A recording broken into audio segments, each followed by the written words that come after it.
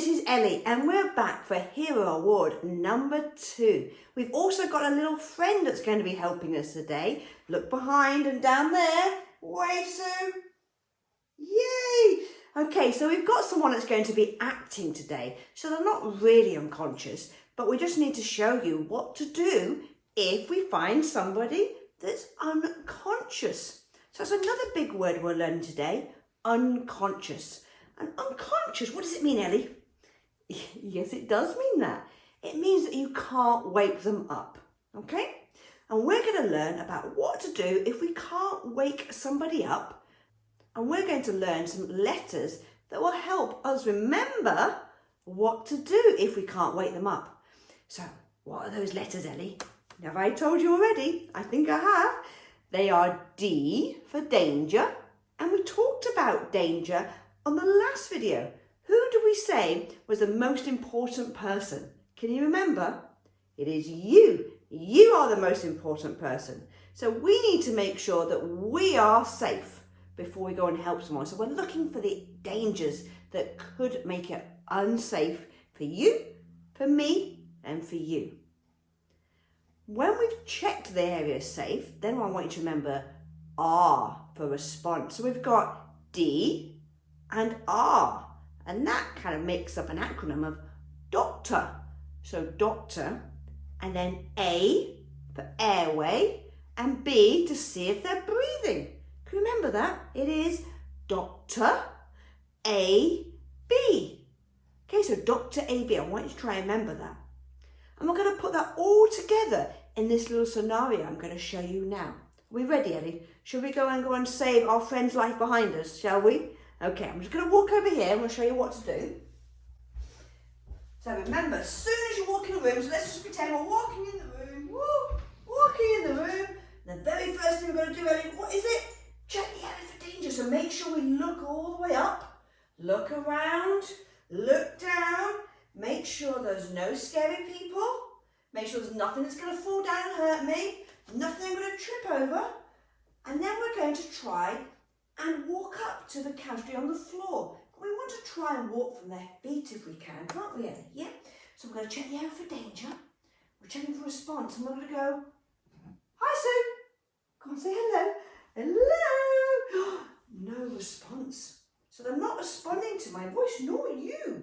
Let's see if we can get them to wake up another way. How would you wake up maybe your parents or carers? Or how would you check to see if your friend was okay?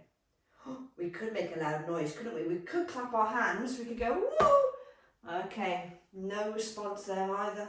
Let's see if we can try, maybe we could tickle them. Do you tickle your brothers and sisters and parents and carers to wake them up? Yeah, we could go and see if they respond maybe just by grabbing hold of their ear maybe. Or we could just push a little bit on this bit. Can we push a bit on there? Yeah, and you're whispering in their ear.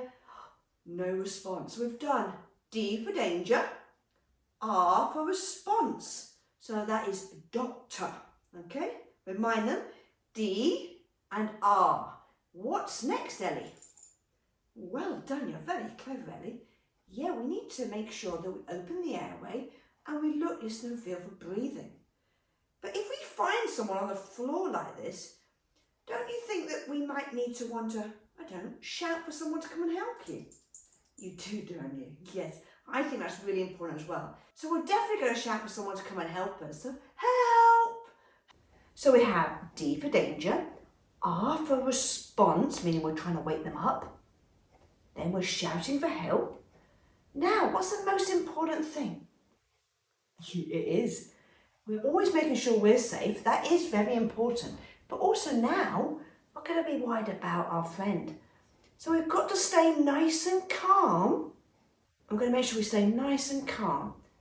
Then we're going to open her airway. Yeah, this bit here, her airway. So that means we need to tip her head back. So shall we see if we can do this together? Yeah, you're going to put your hand on the forehead or your trunk, good, and we'll tip it back like that. Oh, well done, Ellie. Thank you for helping me. And then what we're going to do is look at the belly going up and down. And we're going to check this for 10 seconds. Now, if it's someone you know, like one of your family members or your friends, then you can get nice and close to see if you can feel them breathing. But if it's someone you don't know, just try and stay back a little bit from them at the moment. So we'll look at their breasts coming up and down. for 10 seconds. Oh, good. She was breathing, Ellie. Did you see the belly? Look, it's still going up and down. Oh, yeah, I know you're trying to get closer. Yes, so she is breathing, which is great news. Now, we checked for 10 seconds. Did you count how many breaths she was doing in 10 seconds? Did you see? Well, I counted, Ellie. She did 3 breaths in 10 seconds. 3. Do you know how many breaths you guys do in 10 seconds? Maybe you can count. So maybe you can close your eyes and your teacher or your parents and carers can time 10 seconds for you so that you know what is normal for you and your friends. So she's breathing. This is great news. Hey, celebrate, Lulu, celebrate. No, Lulu's not that impressed at the moment. Well, she's awake again though. But we don't want to leave her just like this on her back because what might happen? What could happen, Ellie? Well, yes, she might stop breathing, but that's not the main problem. The main problem is the airway's now closed. So we want to make sure we get her on her side to keep this airway open. And it just stops her from, well, it'll stop her from choking on anything that might be in her mouth.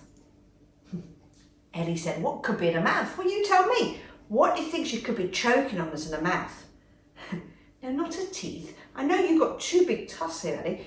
Now, I don't think she'll choke on her teeth, unless maybe it was one of your grandparents and they had false teeth maybe, and they might get stuck down the back there. But I don't think it's going to be teeth, but it could be some fluid. So maybe there could be some sick, or maybe a little bit of blood, maybe. So we don't want to leave them on their back. Okay, Ellie? Okay, good girl. But before we move them, we want to just make sure there's no injuries. So can you help me check injuries for me, Ellie? So we're going to check the head, make sure there's no bumps there. Look in the ears. Oh, no fluid. Look in that ear. Oh, no fluid in there. That's good. Then we're going to just check down one arm at a time. And you're just looking for anything that's maybe, you know, a little ouchie on there. Nothing there. Just check pockets. And notice how I've got my hands up when I check pockets because I don't want to grab something that might be sharp. It might hurt me. What might you have in your pockets? What might your friends have in your pockets? What might I have? Yes, they might have keys. And they might have some pencils. Yeah, they might have lots of little toys, might they, that might be quite sharp. So we're just being very careful when we check their pockets. So there's no sharp toys or keys in there, Ellie. Okay? Good girl. Then we're going to check one leg at a time, looking for anything that is different. You know, maybe something that's a little bit out of place. But it's good news, Ellie. Good news, Lulu. Everything is perfect. So what we're going to do, we're going to put them in the recovery position. Because remember, we want them in the recovery position because in this position on her back, there could be lots of fluid getting stuck in her throat. And we don't want that, do we, Ellie? No. Okay, so what we're going to do is ask a question like we do in class. So this hand here, which is all floppy, the one next to where I am, we're going to just like put it up like we're asking a question in class. Like, please, miss, please, sir. Okay, so here, Ellie, just put the hand down there. Well done. Then we're going to lean over them. Whoop, well done, Ellie. And we're going to grab this hand. Ellie, can you grab that hand? Now, don't let go. Ellie's just let go. If you let go, it'll just flop back down to the floor again, Ellie. Come on, let's grab that hand. Well done. Grab it and then put it next to their cheek. Oh, well done. So that's going to be their pillow that they're going to sleep, Ellie, okay? Then we're going to grab the knee. Oh, this is heavy. And you might need your friend to help you here. But you're going to lift the knee up and you're going to push the foot as close as you can to their bottom. And then this bit's the easy bit. Ellie, are you ready? I'm just going to push their knee. And I just push them towards me like this. Oh, look, they're on their side.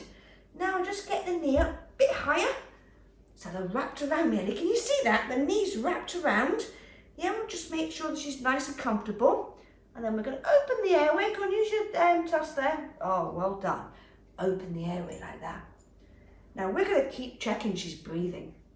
But this position here, she's safe. Now nobody except for Lulu has come to help.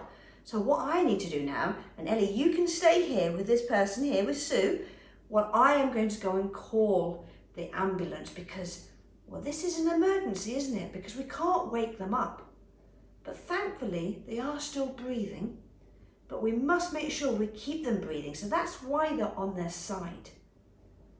So we'll just recap everything, shall we, Ellie? So we came in the room, and who's the most important person, Ellie? Me? Is it me? Well, it is, isn't it? It's you, and it's me, and it's you. We need to make sure we're safe at all times. So we're checking for danger, D for danger. Then we check for response. We're talking to them. We tried to tickle them to see if we could wake them up. There was no response. Even Lulu came in and tried to check for response. No response. So then we shouted for help, and we opened the airway by lifting this bit back, because that can help them breathe.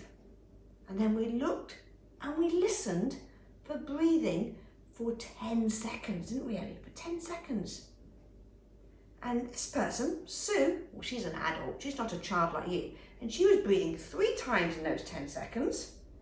And when we knew she was breathing, we were quite happy and relieved, but she still wasn't, well, she wasn't awake, so we're still a little bit worried. So we just checked her over, made sure there was no ouchies or anything a bit different on her body, and then we put them in the recovery position by asking the question in class. Then we leaned over them, and then we got them slap their face. Remember, we don't let go of their hand, because if we do, it flops to the floor. And then we lifted their knee up, and they rolled over into this position like you can see right now on the floor. And this position is called the, yes, Ellie, well done, go on, the recovery position. And if Lulu hasn't gone and called the ambulance, Ellie will stay here while I go and call the ambulance, because this is an emergency.